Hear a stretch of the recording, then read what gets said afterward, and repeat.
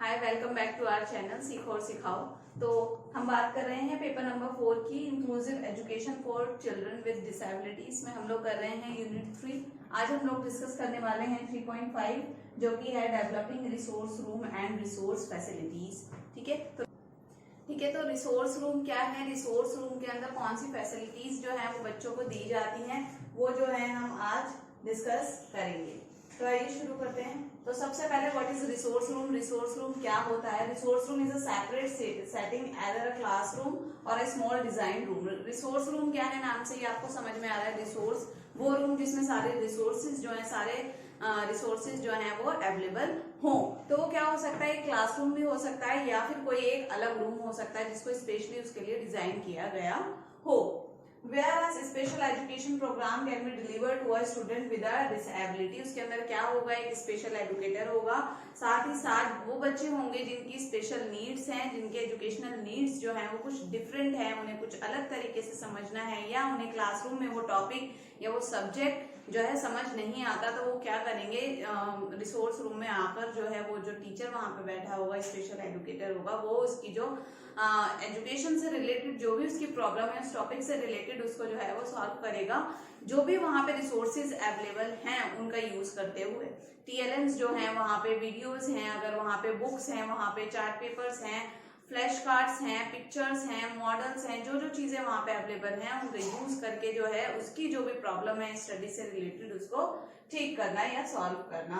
In a small group resource room are used in a variety of ways ranging from instruction homework. मतलब इसमें क्या होता है, बच्चे को जो आप होमवर्क दे रहे हैं, अगर उससे रिलेटेड उसको कोई प्रॉब्लम है, होमवर्क उसको समझ में नहीं आया, तो वो भी चीज जो है वो वहां आकर पूछ सकता है। एग्जाम होने वाला है, अगर उसको उससे रिलेटेड कुछ पूछना है तो वो भी जो है उस रूम में आकर वो पूछ सकता है। साथ ही साथ अगर आपको जो है बच्चे के पेरेंट्स के साथ बात करनी है या किसी से बात करनी है, डिस्कस करना है उसके गोल्स को या उसको उसकी नीड्स को डिस्कस करना है, तो आप जो है उस रूम में बैठकर ही जो है डिस्कस करेंगे उसके पेरेंट्स के साथ या दूसरे जो प्रोफेशनल्स हैं उनके साथ। तो रिसोर्स रूम क्या है, बेसिकली उसके अंदर सारी फैसिलिटीज जो है वो होती हैं बच्चे के लिए, चाहे वो उसकी स्टडी से रिलेटेड हो या फिर कोई भी चीज जो हमें उसे समझानी है उससे रिलेटेड हो।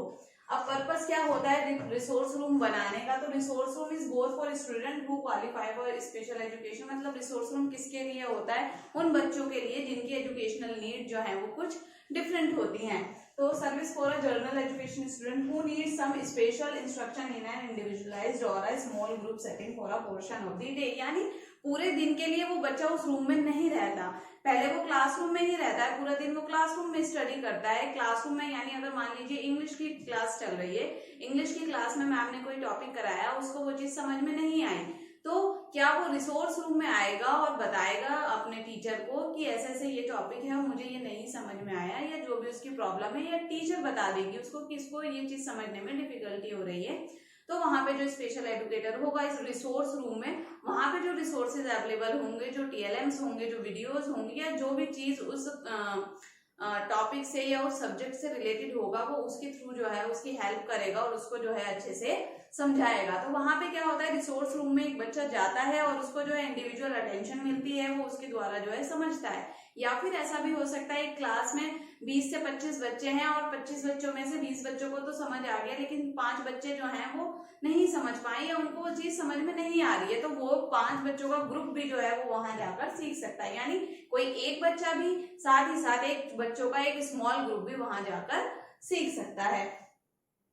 Needs are supported or resource room are as defined by the students individual educational program plan। तो आईपी वाला जो मतलब जिनके लिए हम एक बच्चे के ऊपर जो हम करते हैं आईपी, जिसका नाम ही होता है इंडिविजुअलाइज्ड, यानी सिर्फ एक बच्चे के लिए जो बनाया जाता है, उसके गोल्स डिसाइड किए जाते हैं कि एक मंथ में मैं इस सब्जेक्ट में ये टॉपिक कराने जा रही हूँ, इस टॉपिक को मैं कराने के लिए ये कराऊंगी, पहले ये कराऊंगी, उसके बाद ये, इसके बाद ये, फाइनल में जो है बच्चा ये पूरा एक सीख जाएगा। तो स्मॉल गोल्स बनाए जाते हैं एक बड़े गोल को या बड़े जो भी हमारा टारगेट है उसको अचीव करने के लिए। तो क्या है, वो जो आईपी है वो भी कहाँ पे जो है कराई जा सकती है, रिसोर्स रूम में कराई जा सकती हैं। स्टूडेंट कम और are qualified to the resource room for a variety of the reasons. Most commonly they come there to assess their educational needs, material in a manner that better तो मतलब यहाँ पे क्या है, रिसोर्स रूम में बच्चे क्यों आते हैं, अपनी एजुकेशनल नीड्स को फुलफिल करने के लिए वहां पे आते हैं। वहां पे जो भी स्टडी मटेरियल जो है वहां पे रखा है वो उनका यूज करते हैं, टीचर उनको समझाती है और जो है उनकी प्रॉब्लम को ठीक सॉल्व करती है। तो ये थे क्या हमारा रिसोर्स रूम। इसका पर्पस क्या है, बच्चों की एजुकेशनल नीड को, जो उनकी डिफरेंट एजुकेशनल नीड्स है उनको फुलफिल करना, उसको देखना, उन्हें कहाँ परेशानी आ रही है, कैसे आ रही है, और उसको सॉल्व करने के लिए कौन कौन से रिसोर्सेज की जरूरत होगी, उन रिसोर्सेज का यूज करना और उसकी स्टडी को जो है इजी बनाना और उसके लिए जो है आसान बनाना। अब नीड क्या है रिसोर्स रूम की, तो the regular classroom can be noisy and full of distraction. तो कभी कभी क्या होता है, जो रेगुलर क्लासरूम है उसमें मान लीजिए आपकी क्लास में 25 से 30 बच्चे हैं या 20 बच्चे हैं या 25 बच्चे हैं, तो कभी कभी ऐसा होता है वहां पे जो स्पेशल नीड वाले, जिनके एजुकेशनल नीड कुछ डिफरेंट है, वो भी उनके साथ ही बैठे हैं, तो उनके लिए वो कभी कभी ऐसा हो जाता है कि बहुत ज्यादा शोर है, बहुत नॉइजी, और जो है वो जो है अपना ध्यान जो है क्लास में पढ़ाई में नहीं लगा पाते और उनको वहां पे डिफिकल्टी आती है। तो उस कंडीशन में क्या हो सकता है कि वहां पे उस टाइम पे उसको चीज समझ में नहीं आई, तो वो रिसोर्स रूम में आकर कुछ बच्चों का ग्रुप, 4 से 5 बच्चों का ग्रुप, या फिर कोई एक बच्चा जिसको परेशानी है, वो वहां आकर रिसोर्स रूम में जो है टीचर से बात कर सकता है और उस टॉपिक को समझ सकता है।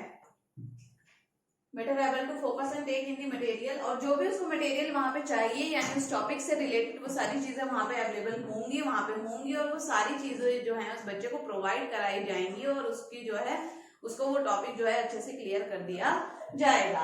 Eight other time the material taught in the journal education classroom is above the student. और कभी कभी क्या होता है, अब जो एक क्लास है उसमें 25 बच्चे हैं, ठीक है, 25 बच्चे सेम लेवल के हैं, उसके अलावा जो है कुछ बच्चे जो है उनका लेवल अलग है, यानी उनके एजुकेशनल नीड्स अलग अलग हैं।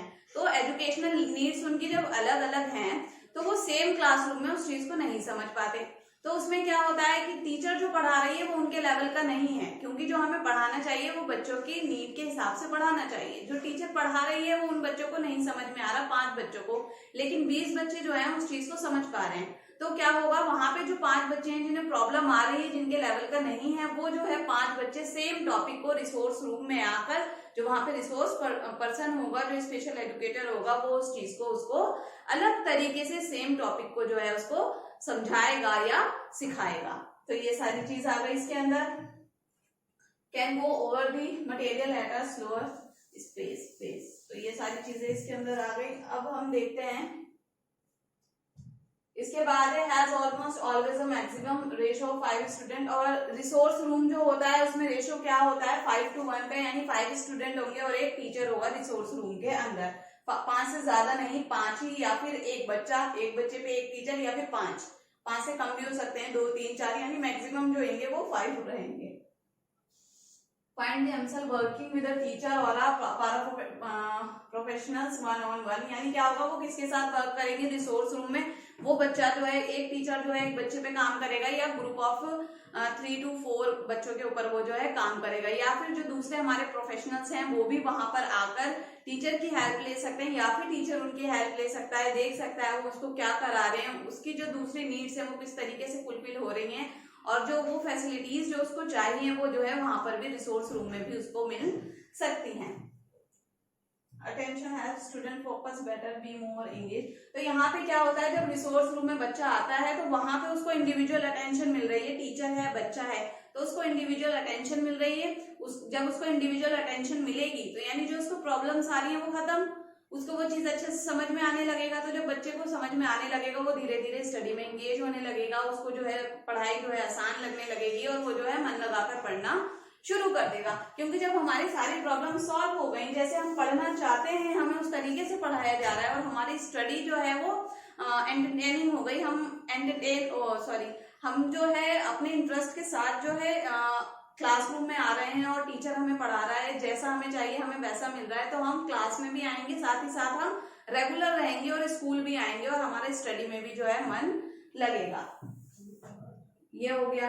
इसके बाद क्या है, other uses of resource room. दूसरे यूजेस क्या है रिसोर्स रूम के, तो student also come to the resource room to be assessed and tested whether for their special need or any other academic exams। यानी वहां पे जो है रिसोर्स रूम में बच्चे जो है जो उनको समझना है उसके लिए भी आ सकते हैं, उसके अलावा उनकी कोई दूसरी नीड्स है तो उसके लिए भी वो आ सकते हैं। जैसे उनका एग्जाम हो रहा है, अभी 25 बच्चों के साथ बैठ के वो एग्जाम नहीं दे सकते, या फिर उनका क्वेश्चन पेपर जो है कुछ दूसरे तरीके से डिजाइन करना था, जैसे बाकी बच्चों का है वैसे नहीं करना, तो उस चीज के लिए भी वो जो है रिसोर्स रूम में आकर जो है वो फैसिलिटी ले सकते हैं, और जो है टीचर उनको उसके तरीके से उनका इवेल्युएशन करेगा।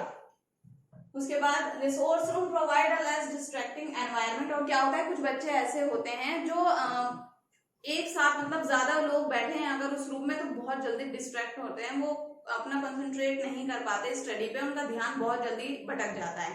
ठीक है, तो क्या वो एक जगह बैठ के रहना नहीं चाहते, उनको चाहिए होता है कि कोई एक जना उनके सामने बैठे तभी वो करेंगे, अदरवाइज वो नहीं करेंगे। तो ऐसी कंडीशन में क्या होता है, उन बच्चों को निकालकर रिसोर्स रूम में लेके आया जाता है। वहां पर एक टीचर जो है उन पे ध्यान देती है, पूरा उनको अटेंशन देती है, फिर जो है वो काम कर पाते हैं और जो है अपना काम करते हैं। तो regarding special needs testing to determine special education eligibility, a child is reevaluated every 3 years and in most cases the revolution happen in the resource room. ठीक है, तो हर 3 year में जो है उसका इवेल्युएशन होता रहता है, और जो है देखा जाता है कि वो जो है जो भी उसके लिए गोल डिसाइड किया गया था या उसकी प्रोग्रेस जो है वो चेक की जाती है टाइम टू टाइम, कि जो है वो प्रोग्रेस हो रही है नहीं हो रही, इम्प्रूवमेंट हुआ बच्चे में या नहीं हुआ, उसने कितना सीखा कितना नहीं सीखा। तो ये था हमारा कि उसके दूसरे रिसोर्सेज क्या है। Very often the resource room also serve as a meeting place for IP evaluation. ठीक है, तो आईपी के लिए, आईपी आपको पता ही है, इंडिविजुअलाइज्ड एजुकेशनल प्रोग्राम। तो आईपी के लिए मतलब क्या होता है, उसमें एक गोल बनाया जाता है बच्चे के लिए कि बच्चे को मैं इंग्लिश में ये सिखाऊंगी, अगर मेरा A to Z का या फिर मैं कलर्स नेम सिखा रही हूँ तो मैं उसको पहले हफ्ते में या पहले 2 से 3 दिन में ये 3 कलर्स कराऊंगी, फिर ये कराऊंगी। उन कलर्स के आइडेंटिफिकेशन के लिए मैं कुछ फ्रूट्स का भी यूज करूंगी, मैं बताऊंगी कि एप्पल जो है रेड होता है, या फिर मैं बताऊंगी कि स्काई ब्लू होता है, या जो है हमारे बाल जो है वो ब्लैक होते हैं, इस तरीके से। फिर उसके बाद में 3 कलर का, फिर 3 कलर का, मतलब छोटे छोटे गोल डिसाइड कर लिए गए, और फिर लास्ट में जो है बच्चे को एंड में जो है 10 कलर्स नेम जो है उसको वो याद हो गए। तो उसको मैं कराने के लिए कैसे कराऊंगी, कौन कौन से जो है कौन कौन से पॉइंट्स बनाऊंगी कि किस तरीके से उसको कराना है, कौन से मेथड्स में जो है फॉलो करूंगी, कौन से टीचिंग मटेरियल्स जो है मैं यूज करूंगी, टीएलएम्स में क्या बनाऊंगी, तो ये सारी चीजें जो है ये कहाँ पे की जाती है, रिसोर्स रूम में भी ये सारी चीजें की जाती हैं। Teachers, professionals, parents, students and any legal representative typically spend well over 30 minutes. तो वहां पे भी क्या होता है कि आईपी जो होता है वो भी आप अकेले नहीं बना सकते, आपको पता होना चाहिए बच्चे की नीड्स क्या है, उसकी एजुकेशनल नीड्स क्या है, अगर उसको कोई दूसरी दिक्कत है तो क्या है, क्या वो दूसरी थेरेपीज वगैरह ले रहा है या नहीं ले रहा, अगर एचआई बच्चा है तो वो हेयरिंग एड लगाता है या नहीं लगाता है, हेयरिंग एड लगाता है तो क्या वो स्पीच थेरेपी लेता है, उसकी स्पीच कितनी डेवलप हुई है, घर में उसको कहाँ पे दिक्कत आती है, घर में उसे कौन पढ़ाता है, जो मैं होमवर्क देती हूँ वो किसके साथ करता है, तो ये सारी चीजें हमें पता होनी चाहिए। तो उसके लिए क्या, अगर हमें डिस्कशन करना है दूसरे प्रोफेशनल्स के साथ, तो वो सारी चीजें भी जो है रिसोर्स रूम में होती हैं। और इसका टाइम पीरियड कितना होता है, 30 मिनट्स, और ये जो है कम ज्यादा भी हो सकता है, वो आपके ऊपर है आप कितना टाइम लेते हैं। तो मतलब ये है कि 30 मिनट्स में आपको उसको कवर कर लेना चाहिए। On how the student is currently doing in all aspect outline in the plan and the, और सारी चीजें देखी जाती है, मतलब जो जो उसके लिए बनाया गया था प्लान, क्या वो उसके अकॉर्डिंग सारी चीजें कर पा रहा है या नहीं, यानी जो उसका मेन गोल था क्या वो उसको अचीव कर पाएगा या कर रहा है या नहीं। तो ये था हमारा क्या, रिसोर्स रूम। रिसोर्स रूम क्या है, तो होप कि आपको जो है ये अच्छे से क्लियर हो गया होगा कि रिसोर्स रूम क्या है और उसकी जरूरत हमें क्यों पड़ती है। तो ये एक इम्पॉर्टेंट टॉपिक है और एग्जाम में भी आपको देखने को मिलेगा, 5 से 5 नंबर के क्वेश्चन में भी ये आ जाता है। ठीक है, तो इसको जो है आप बहुत अच्छे से पढ़ लीजिएगा। तो इसी के साथ आज का सेशन यहीं समाप्त होता है। अब हम मिलेंगे हमारे नेक्स्ट वीडियो में। आज के लिए बाय बाय।